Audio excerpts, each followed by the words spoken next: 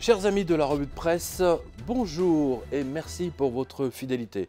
J'ai aujourd'hui le plaisir de vous présenter mon reportage que j'ai effectué en Turquie en ce mois de septembre et qui, à mon sens, va bouleverser totalement les idées préconçues et tout ce qu'on raconte de faux sur la Turquie et en particulier sur la politique turque et bien entendu sur les médias turcs. Alors, de tous les voyages en tant que journaliste que j'ai pu faire, il n'y a que deux villes qui m'ont vraiment ébloui, épaté.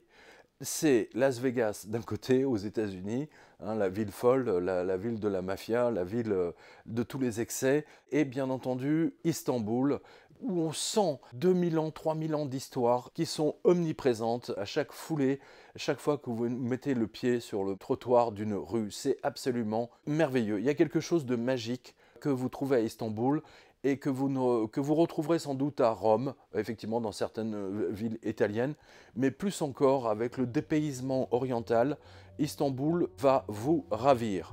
Alors, beaucoup de gens pensent en disant Istanbul c'est un coupe-gorge, la Turquie c'est un coupe-gorge, il n'y a que des terroristes partout, des attentats. Bon, écoutez, j'en suis à mon 3e reportage en Turquie. Je peux vous garantir que vous êtes plus en sécurité à Istanbul ou Ankara que dans les rues de Paris, et qui plus est dans certaines rues de Paris ou de Lyon ou même de Nice ou de Marseille. Et la propreté de ces villes est telle, j'étais émerveillé par la propreté de cette ville quand on la compare et surtout quand on vient de Paris. Et je salue la maire de Paris, Madame Hidalgo. Au passage, vous devriez faire un petit saut à Istanbul ou à Ankara pour voir exactement comment tout fonctionne. Bref, la raison pour laquelle je vous présente ce reportage effectué en Turquie, c'est simplement parce qu'il y a des étincelles. Macron versus Erdogan, la guerre est déclarée. Insultes, sabotage économique, coups bas, mépris, tout y est. Le torchon brûle entre les deux hommes et entre les deux pays, et vous allez comprendre pourquoi. C'est vraiment très très important. Moi aussi j'étais vraiment épaté par tout ce que j'ai découvert, et je ne savais pas que Macron menait une telle guerre à Erdogan et vice-versa.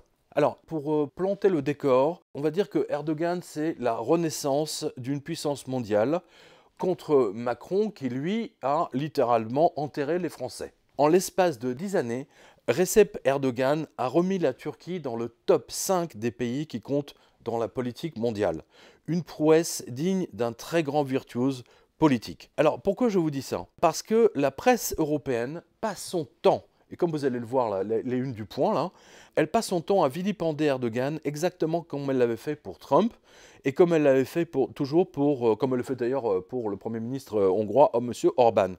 Un autre homme avait subi le même sort des médias contrôlés par les États-Unis, le général de Gaulle, lorsqu'il avait renvoyé tous ses dollars en excédent à Washington pour les échanger contre des lingots d'or en vertu des accords de Bretton Woods. Du jour au lendemain, de Gaulle était devenu un paria aux yeux de la presse européenne et américaine, en particulier pour un journal nommé L'Express et animé par ce qu'on appelait à l'époque l'agent américain, M. Jean-Jacques Servan-Schreiber. Alors, le même journal, donc L'Express, qui avait soutenu Nicolas Sarkozy lorsqu'il avait vendu 600 tonnes de l'or de la France à la demande des Américains, alors que ceux-ci n'avaient pas vendu un gramme du leur. Pire, donc Sarkozy avait vendu l'or de la France au prix le plus bas. Incroyable. Voici 2 mois, Emmanuel Macron, lui, a tout simplement proposé de vendre tout l'or de la France pour éponger la dette de l'Afrique. Bah voyons. Donc vous allez voir l'article ici. Les Turcs ne peuvent pas imaginer que Erdogan puisse vendre tout l'or de la Turquie pour éponger la dette de la Syrie, par exemple, et cela derrière leur dos, cela serait considéré par les 80 millions de citoyens comme une gigantesque trahison au profit d'une puissance étrangère. Pourtant, c'est exactement ce qu'a fait Nicolas Sarkozy, et c'est ce que M. Macron s'apprête à trahir la France, son pays. Erdogan, s'il n'est pas apprécié par la gauche caviar turque, est en revanche admiré et respecté, et je l'ai constaté, vraiment, partout, par toutes les autres classes sociales, car depuis qu'il dispose des manettes du pouvoir, le niveau de vie des Turcs est monté de plusieurs crans. Même le journal Le Monde, vous allez le voir là, très anti-Erdogan, a été obligé de reconnaître à son corps défendant que le pouvoir d'achat des Turcs a été multiplié par 3 sous son règne. Quel Premier ministre ou président français, depuis 1974, peut-il s'enorgueillir d'une telle prouesse économique au profit des Français? Je vous le demande, très chers spectateurs, eh bien, je pense que vous connaissez la réponse aussi bien que moi. Aucun, strictement aucun. Au moment où Macron veut vendre l'or de la France, la Banque centrale turque, elle en rachète. Elle a racheté presque 3 tonnes d'or de plus en ce mois d'août 2021 et elle dispose de 20 tonnes de plus par rapport à 2020. Maintenant, le stock à 414 tonnes, considérant qu'à la chute de l'Empire ottoman, il ne restait que quelques lingots d'or dans les coffres, vu que beaucoup s'étaient envolés vers Paris et Londres. Alors, pourquoi cette guerre entre Macron et M. Erdogan ? Eh bien, tout simplement parce que la France avait déclaré la guerre à la Turquie déjà en 1915. Vous allez le voir dans le reportage qui est consacré au Bosphore, et vous allez voir, c'est totalement fascinant. Au cours de laquelle, d'ailleurs, de cette guerre où un bateau, un navire colossal français, a été coulé par les canons turcs, et donc il y a eu 600 morts. Et ensuite, une seconde fois, où les soldats français ont pris le contrôle d'Istanbul avec les Anglais et se sont installés, donc le commandant des forces françaises s'était installé dans un hôtel qui existe aujourd'hui, mais c'était un palais à l'époque, le Shiran Palace. Pour que vous compreniez également le bouillonnement économique que j'ai pu observer en Turquie, sur une échelle de 10, la France, si je la mets à 2 ou 3, eh bien la Turquie est à 10, c'est-à-dire qu'ils sont le moteur économique, tourne à plein régime, même si la lire turque a été dévaluée parce que la CIA leur fait la guerre. Je vais vous expliquer pourquoi. Alors, depuis 10 ans, les banques françaises, par exemple, retirent progressivement tous les distributeurs automatiques, au point de créer des problèmes politiques avec des maires de petites villes qui se retrouvent avec 0 distributeur et des habitants furieux, obligés de rouler 60 km pour trouver de l'argent liquide dans une autre ville. Autant pour des économies d'essence, etc. C'est n'importe quoi. Depuis 10 ans, les banques turques, elles, installent des distributeurs pratiquement 13 à la douzaine, et il n'est pas rare de voir une rue ou une avenue avec 40 distributeurs les uns à côté des autres, quasiment. J'ai vu genre 20 distributeurs, et puis 1 kilomètre plus loin, 20 distributeurs de plus. Enfin, c'est absolument stupéfiant. Donc, ce qui reflète une situation claire comme du cristal. D'un côté, donc en Turquie, une économie bouillonnante avec une circulation de l'argent ultra rapide, et de l'autre, une économie mourante où l'argent circule à grand-peine comme un vieillard avec un déambulateur. Macron est le contraire absolu d'Erdogan, une sorte de négatif qui en plus est flou. Et c'est précisément grâce à ce portrait inversé que j'ai réalisé à quel point la Turquie est devenue en juste 10 ans non seulement une véritable puissance mondiale, mais surtout économique. Rappelez-vous, en 2011, la France était dirigée par Nicolas Sarkozy et depuis, elle n'a cessé de regresser. Et je vous repose la question, est-ce que votre pouvoir d'achat a augmenté, a été multiplié par 3 en l'espace de 10 ans? Non, c'est ni Nicolas Sarkozy, ni Hollande, et encore moins M. Macron. Au contraire, ils ont démoli votre pouvoir d'achat. En revanche, Erdogan, lui, a réussi cette prouesse absolument incroyable de multiplier le pouvoir d'achat des Turcs par 3. En tant que journaliste économique, je dois le souligner. À nouveau, je ne suis pas dans un contexte politique en disant Erdogan, machin, ceci, il n'est pas bien. Ce n'est pas mon propos. Mon propos, c'est de juger uniquement du point de vue économique pour le bien-être des habitants, des citoyens. Et si on compare les deux, eh bien, croyez-moi, c'est pas tout à fait la même chose. La Turquie figure aujourd'hui dans le top 20 des économies mondiales et compte d'ailleurs rattraper les 10 premiers d'ici à 5 ans. 25% de la population turque est âgée de moins de 15 ans, ce qui crée un marché très dynamique. Des grues à portiques télécommandées qui chargent et déchargent les plus gros porte-containers du monde. Des opérations complètement automatisées et informatisées. Ce système est un véritable booster de productivité. Tout cela combiné avec une grande mobilité et la croissance de la classe moyenne fait de la Turquie l'un des marchés les plus attrayants pour les biens de consommation. Alors justement, cette comparaison entre les deux hommes, entre Erdogan et Macron, est passionnante. D'un côté, vous avez un jeune banquier et de l'autre, vous avez un homme politique qui en a vu de toutes les couleurs. Depuis son accession au pouvoir, Emmanuel Macron n'a cessé de traiter Recep Tayyip Erdogan comme un politicien de seconde zone. Erdogan pilote un pays du tiers-monde. Et si on regarde attentivement, rien ne pouvait plus opposer les deux hommes. C'est donc en toute logique que les relations franco-turques se sont retrouvées dans des sentiers boueux, empreints de mépris de part et d'autre, et surtout avec beaucoup de coups tordus. D'un côté, nous avons un énarque qui a été propulsé au sommet de la politique française par Jacques Attali et Alain Minc en juste 5 ans, sans aucune expérience politique, sans jamais avoir été élu par qui que ce soit, hormis les médias, comme Le Point, Le Nouvel Obs, Libération, sans aucune expérience, ne serait-ce que du service militaire par exemple, sans enfant et qui ne peut se débarrasser des rumeurs d'homosexualité. De l'autre côté, nous avons un véritable loup de mer de la politique. 50 ans d'expérience à nager dans les méandres de l'Asie centrale, entre le Kazakhstan, l'Azerbaïdjan, l'Iran, l'Irak, enfin bon bref, c'est d'une complexité absolument inouïe. Militant politique, élu maire d'Istanbul, puis condamné à la prison. Il a vraiment fait de la prison. Et écoutez bien, vous n'allez jamais croire la raison, incitation à la haine raciale. Lol. On ne pouvait pas l'inventer celle-là. Hein. On a des images d'Erdogan sortant de prison, c'est quand même incroyable. Et ensuite, il a été élu Premier ministre avant de gagner les présidentielles, au premier tour s'il vous plaît, marié, 4 enfants et des anciennes maîtresses que tout Istanbul connaît. Adolescent, Macron joue au théâtre et courtisait sa professeure de français. Adolescent, Erdogan vendait des bouteilles d'eau au feu rouge et des croissants dans une baraque à frites pour gagner de l'argent de poche, son père, un militaire strict, refusant de lui faciliter la vie. L'un a été totalement préfabriqué par d'autres, M. Attali, et joue le président au gros bras alors qu'il ne dispose strictement aucune expérience et surtout obéit à ces mêmes autres. L'autre s'est patiemment fabriqué pendant 50 années d'activité politique locale et internationale, jonglant avec les pays européens, les USA, l'URSS, puis avec toutes les nouvelles républiques d'Asie centrale, sans parler de l'Iran bien sûr, qui en sont issues, en passant par l'OTAN, avec en prime 2 tentatives d'assassinat, et même un coup d'État organisé contre lui en 2016 par la CIA en personne. Franchement, ça forme un homme, comme on dit, hein.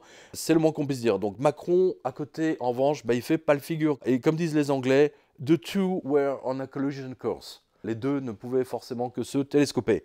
La vie d'Erdogan aurait fait le bonheur de l'écrivain Ahmadou Kourouma ou de Gabriel Garcia Marquez, de Flaubert, de Stendhal, de Balzac, de Zola ou même de Max Gallo. Pour résumer, d'un côté une marionnette ou une danseuse de ballet, financier je précise, et de l'autre un homme politique de la même trempe qu'un Tito, qu'un De Gaulle, un François Mitterrand ou un Churchill, tous façonnés par la mort, la violence des combats politiques et les trahisons. Il était donc logique que Erdogan, perdant patience, finisse par insulter publiquement le banquier Macron, qui zozote encore plus dès qu'il parle anglais et qu'il est surpris. We know perfectly. Everybody knows the rules. I don't like what you did in front of me. Go out.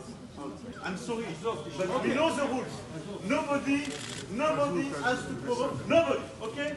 We keep calm. Désormais, Erdogan a plus de poids sur l'échiquier politique mondial que Macron et la France, hélas. Mais le pire pour la France, je trouve, c'est que dans l'affaire du meurtre du journaliste Jamal Khashoggi, dans le consulat d'Arabie Saoudite d'Istanbul, sur ordre du prince Mohammed Ben Salman, comme Donald Trump, Emmanuel Macron a choisi le camp de Riyad plutôt que de condamner ce crime effroyable qui a choqué le monde entier. L'Allemagne a pourtant appelé tous les pays européens à stopper leur vente d'armes à Riyad pour condamner la mort de Jamal Khashoggi et exiger des explications sur les nombreux mystères qui l'entourent. Ça n'est pas parce qu'un dirigeant dit quelque chose que je suis censé réagir à chaque fois.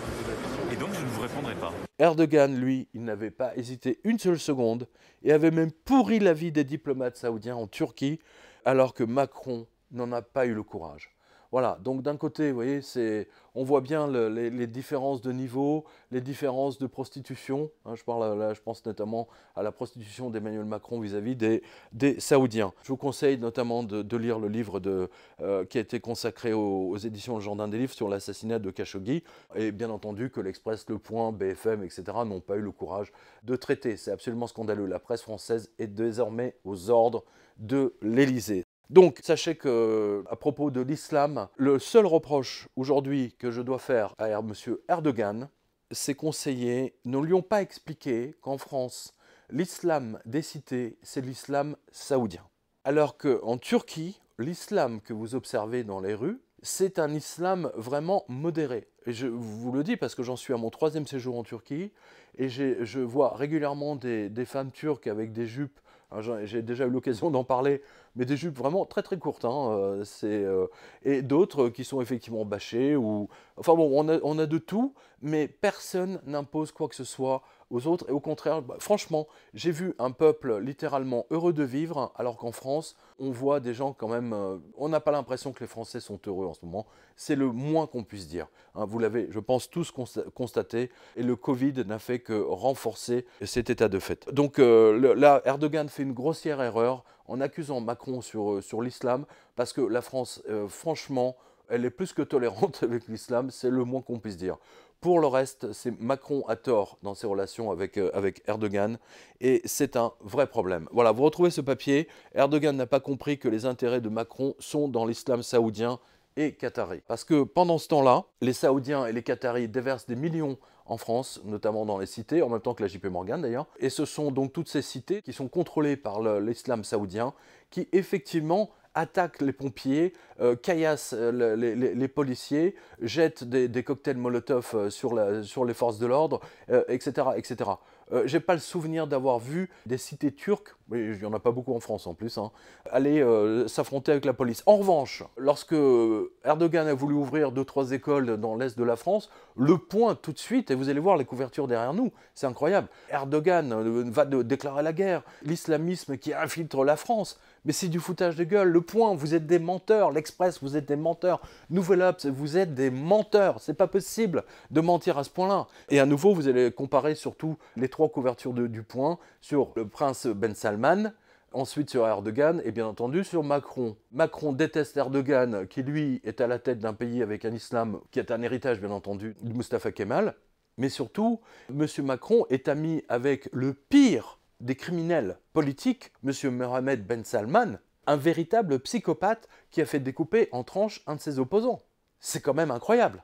Et pour vous montrer à quel point Macron mène la guerre, là aussi j'en ai déjà parlé, mais c'est très intéressant. Macron a mis la Turquie en pays rouge, donc ça veut dire que si vous revenez de Turquie, vous allez être isolé pendant 10 jours chez vous, etc., sans la possibilité de sortir. C'est ce qui m'est arrivé d'ailleurs, en revenant de Turquie. Alors que le Liban, où le Covid circule de partout, où il n'y a plus de gouvernement, il n'y a plus d'hôpitaux, et surtout il n'y a plus de médicaments, parce qu'il ne peut pas en acheter, là le pays est en vert, enfin, au moment où j'enregistre cette vidéo. Donc vous voyez la manipulation sanitaire, la manipulation politique, c'est vraiment du grand n'importe quoi. Alors vous le retrouvez d'ailleurs dans cet article, la vengeance en milliards d'euros de Emmanuel Macron sur Erdogan. Alors ensuite, j'ai consacré un grand papier, Erdogan contre Macron, l'esclave n'est pas celui qu'on croit, la preuve par la dette. Alors, vous avez tous les chiffres, bien entendu, dans le reportage, mais ce que je sais, c'est que la France a dépassé les 120% d'endettement. Et aujourd'hui, au moment où on enregistre cette vidéo, on est à 130%. Il se trouve que l'endettement de la Turquie est de 30 ou 35%. Ça veut dire que la Turquie produit 100 de PIB, elle rembourse 30 ou 35, et il lui reste 70 ou 65. La France produit 100 de PIB, elle rembourse 100, donc, et il lui reste 0, elle n'a plus rien pour les services sociaux, pour les fonctionnaires, etc. Et en plus, elle se rajoute entre 30 et 35 de dettes supplémentaires. Donc, quel est le pays esclave de ça? C'est forcément la France. Mais malgré tout, la presse française continue à accuser la Turquie en disant qu'elle est économiquement faible, etc. Non, pas du tout, elle n'est pas du tout économiquement faible. De tous les vêtements que vous avez dans vos placards, je pense que 30 à 40% proviennent de Turquie. Avec sa position géostratégique unique à cheval entre l'Europe et l'Asie, le pays attire de nombreux industriels internationaux. Les plus grands constructeurs automobiles y possèdent des usines. Notre force, ce n'est pas l'acier ou l'électricité, c'est notre main-d'œuvre qui garantit la qualité de nos produits. Les Italiens, par exemple, achètent des vêtements, du textile en Chine ou en Turquie, et ils les assemblent à côté de Milan, ce qui leur permet ensuite de mettre Made in Italia sur les vêtements et de les vendre effectivement 100 fois plus cher. Ensuite, vous avez quelque chose de très intéressant qui s'appelle des CDS, des crédits défaut swap, qui trahissent la guerre monétaire et financière menée contre la seule Turquie. Alors là aussi, une image suffit. La seule Turquie est en rouge, alors que, par exemple, la Grèce, dont l'endettement aujourd'hui frise les 180%, elle est considérée par les autorités américaines, c'est-à-dire Moody's, Standard & Poor's, etc., comme capable de rembourser sa dette, ce qui est strictement impossible. L'Italie ne pourra jamais rembourser sa dette, les États-Unis non plus, mais la Turquie, elle, est en rouge. Regardez, c'est ici. C'est absolument surréaliste. Donc, je vous invite vraiment tous et toutes à regarder, à lire ce reportage sur la Turquie, parce que c'est totalement dépaysant, et surtout, vous allez découvrir l'importance du Bosphore. le Bosphore qui a été littéralement célébré par tous les écrivains, Pierre Loti bien sûr, et surtout Gérard de Nerval. Et vous allez voir des images, des photos que j'ai prises. C'est l'article qui s'appelle « Géopolitique du Bosphore, la Turquie, nouvelle puissance mondiale ». Et là, c'est un article qui vous donne tous les détails en chiffres sur le Bosphore. C'est devenu le centre du monde économique pour moi. Parce que regarder le Bosphore, toute une journée, une partie de la nuit, revient à observer, à écouter directement le rythme cardiaque de la circulation des capitaux, à prendre le pouls du commerce international. Et si on parle de rythme cardiaque, eh bien on peut par extension en conclure que c'est à Istanbul que se trouve le cœur de l'activité humaine. Raison pour laquelle Washington, Tel Aviv, Riyad, Bruxelles veulent, comme les Russes en 1877, en prendre le contrôle. Dès lors, vous comprenez mieux pourquoi toutes ces couvertures anti-Erdogan du magazine Le Point et surtout pourquoi Google m'a censuré, c'est-à-dire qu'en fait a mis tous mes articles en shadow banning. C'est-à-dire que si vous cherchez un de mes articles de la revue de presse, vous ne pourrez pas le trouver, ça va être noyé. Même si vous mettez jovanovic.com et vous mettez un sujet précis, ça va sortir éventuellement sur autre chose comme je l'ai pu constater. Alors Google et la CIA m'ont censuré pour cet article parce que j'ai parlé de ces deux agents de la CIA qui ont raté le coup d'État de 2016. C'est eux les grands responsables et Erdogan les a mis sur Interpol. Alors, je vous invite à regarder, bien sûr, à lire cet article. Et sachez que Erdogan envisage de fermer cette fameuse base d'Incirlik qui est en Turquie. Et c'est là où se trouvent tous les avions furtifs américains, les bombes nucléaires, etc., qui étaient chargés de bombarder l'URSS en cas de guerre, etc., à l'époque de l'URSS. Aujourd'hui, Erdogan ne les supporte plus et les Grecs demandent à ce que cette base soit déménagée chez eux, bien entendu. Alors, pourquoi? Eh bien, parce que la Turquie est devenue le deuxième exportateur mondial de drones de combat. Les Turcs ont inventé, lors de la guerre entre les Arméniens et les Azéris, ils ont inventé une nouvelle guerre anti-chars, au cours de laquelle les drones turcs ont abattu plus de 200 chars arméniens et 400 véhicules de toutes sortes. Et ça a bouleversé tout l'ordre géopolitique aujourd'hui de l'Asie centrale et même une partie de l'Europe, puisque les Grecs aujourd'hui ont décidé de construire eux aussi, d'acheter des drones aux Américains, de l'installer à Chypre. Et comme vous le savez, Chypre est divisé en deux. Vous avez une partie turque et une partie grecque. Donc toute la géopolitique est en train d'être modifiée grâce à Erdogan, que la presse occidentale et surtout que la CIA veut vous présenter comme un dictateur antidémocrate, etc. Pourquoi la CIA fait ça? Le Point, l'Express, etc. Stern, vous avez vu la couverture. Eh bien simplement pour faire oublier qu'ils ont raté leur coup d'État de 2016, qui a été un désastre total. Là aussi, vous êtes dans un roman, dans un SAS de Gérard de Villiers, mais bien entendu, la presse européenne a accordé très peu d'importance à ce coup d'État. Et ils ont fait passer ça en disant que c'était Gülen, etc., alors que tout ça a été piloté par les Américains. La preuve, c'est que l'Union européenne, très prompte à répondre, à condamner toute forme de coup d'État en Afrique, en Amérique du Sud, etc., et ça leur prend moins d'une heure pour réagir, l'Union européenne, Bruxelles, a mis 2 journées avant de condamner légèrement du bout des lèvres le petit coup d'État qui a eu lieu en Turquie, et en disant que c'était les militaires turcs eux-mêmes. Non, ce n'est pas les militaires turcs, on a des images. La télévision turque a vraiment tout montré. J'ai eu l'occasion de discuter avec plusieurs journalistes de télévision turque. Je peux vous garantir que les militaires, la première chose qu'ils ont faite, effectivement, c'est de débarquer dans toutes les télévisions pour en prendre le contrôle. Voilà. Et ce qui a sauvé Erdogan, paradoxalement, c'est qu'il a appelé l'une de ses anciennes amies, qui était en direct, c'est CNN turc. Et aucune télévision, aucune des 10 chaînes qui existent, n'a osé prendre Erdogan au téléphone ou simplement de l'interviewer parce que les militaires étaient là. Et cette présentatrice turque sur son téléphone, c'est elle qui a permis à Erdogan de s'exprimer devant à la télévision à tous les Turcs. Et c'est grâce à ça que les Turcs sont descendus dans la rue et ont sauvé la Turquie du coup d'État de Gülen Seyyah. Les grands destins tiennent à pas grand-chose, à un cheveu, si je puis dire. Chers amis, Chers amis de la revue de presse, je vous remercie, je vous donne rendez-vous donc sur la revue de presse, sur l'onglet reportage, vous l'avez en dessous, et vous avez tous les articles, et je vous recommande vraiment de lire tout ce qui touche de près ou de loin au Bosphore avec tous les chiffres et à quel point cela représente le cœur de l'économie mondiale. Quand je dis le cœur, ce n'est pas Wall Street. Wall Street triche. Il bidonne les cours de l'or, de l'argent métal, du pétrole, etc. Dans la revue de presse, vous avez eu des quantités de traders qui ont été condamnés. Alors que dans le Bosphore, vous voyez vraiment les échanges. Là, vous ne pouvez pas bidonner les cargos, les porte-conteneurs, vous ne pouvez pas bidonner tous ces bateaux qui traversent et qui demandent l'autorisation de transporter les biens. Et c'est pour ça que le Bosphore est devenu aujourd'hui le centre du monde. Et très chers spectateurs, merci à vous. Je vous donne rendez-vous sur la revue de presse tous les lundis comme d'habitude et sur l'onglet reportage. Et n'oubliez pas, c'est grâce à vous et grâce à vos dons que je pars en reportage dans tous les pays, là où Le Point, l'Express, etc. ne vont pas. Merci à vous et à bientôt.